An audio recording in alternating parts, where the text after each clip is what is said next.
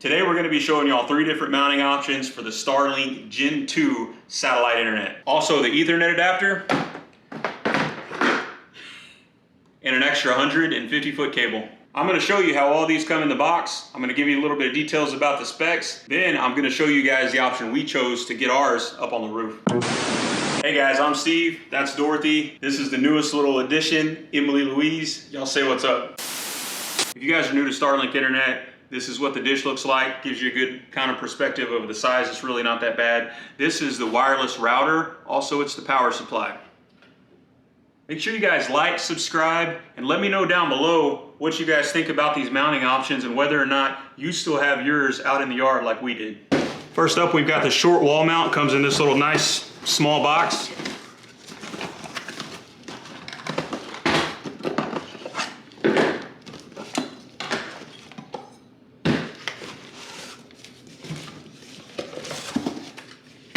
Instructions, the mount itself, a little cover, it's a nice little added touch, silicone, and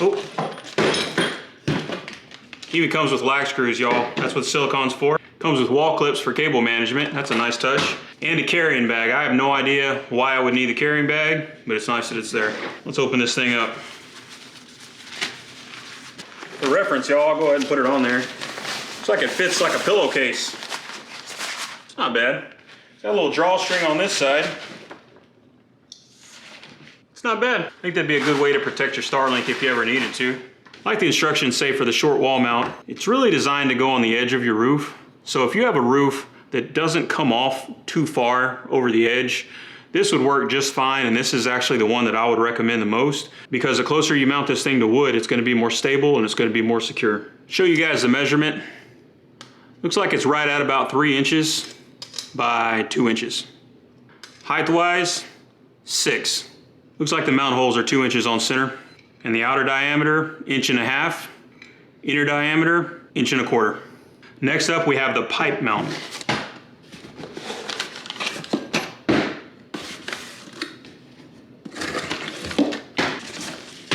Same as the other one, you've got your instructions here. Another carrying bag. I don't know what I'm gonna do with 2 of those. You've got the pipe mount piece here. Looks pretty simple. It's got the little screws that hold this in place. And more of those cable management clips. Not bad. So with this pipe mount, it's pretty self-explanatory. Top is where the Starlink mounts to. The bottom, you're just gonna put it over the top of any kind of pole. I really like this option, y'all, because anywhere you've got a clear view of the sky or an old satellite dish that you might have mounted up on your roof that you never took down, take the satellite dish off, but leave the mount up there. And this would work great on that. And you've already got wiring that you might be able to use to fish that down through your attic. Looks like the inside accommodates up to about a 2.5 inch pipe. Outside is roughly 3 1/8. It's gonna be about 5 1/4 inches long. And this top part's gonna be the same as the others, about 1.5 inches and about 1.25 inches. Next up is the long wall mount. The other one was the short wall mount. This is the long wall mount. A little bit bigger of a box. So you got the same wall clips as the other ones, 2 lag bolts, a mounting template, which is a nice little touch, more silicone for your lag bolts, another carrying bag, now I have 3, the mount itself, which is pretty beefy, and a little trim cover, and instructions. Looks like it's 17 inches long, about 1.75 inches that direction, 2 1/4 this way. The base expands for better stability and mounting surface, and that's gonna expand to about 4 3/4 inches. And this way, you're looking at just under 4.5 inches. The mounting holes are centered at 2 1/4 inches. Your long wall mount's gonna be for those occasions where your roof just comes over just a little bit too far for the short wall mount. This is gonna be able to mount underneath the edge of your roof and hopefully come out enough to get past your shingles and get that Starlink mounted obstruction free. This is a pretty beefy mount, y'all, but I would use this one as the last option because the longer it is, the more wobble you're gonna have, and that means less wind tolerance. Y'all, these kits are really well thought out. I'm actually pretty impressed. They come with everything you need except for the tools to install them. And the pipe adapter actually comes with a little Allen wrench to do the install on that one. Speaking of tools, I'm gonna be using my handy Craftsman impact driver with a 1/2 inch driver bit on the end of it.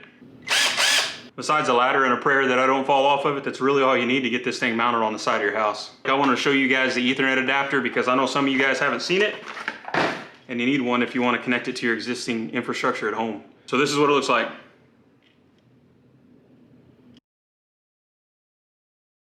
Pretty self-explanatory, but you can use this to connect your Starlink to an Ethernet network so you're not dependent on Wi-Fi. We actually haven't been using ours because my edge firewall is way on the other side of the house and I was not about to drape a cable all the way through my house back there. So I'm pretty excited about getting this mounted so that we can hardwire it into our existing network. Next up, I want to show you guys this 150-foot cable. It comes with about 75 feet of cable, but depending on where you're going to mount this thing up on your roof, you're probably going to need a little bit more, maybe not. I went ahead and bought an extra one just in case, because if I don't need it at this house, I may need it at my next house. All these mounting options were really well thought out, and they came with absolutely everything you need besides the tools to install them. Make sure you guys like and subscribe, because the next video is going to be the video of me getting this Starlink mounted up on the roof.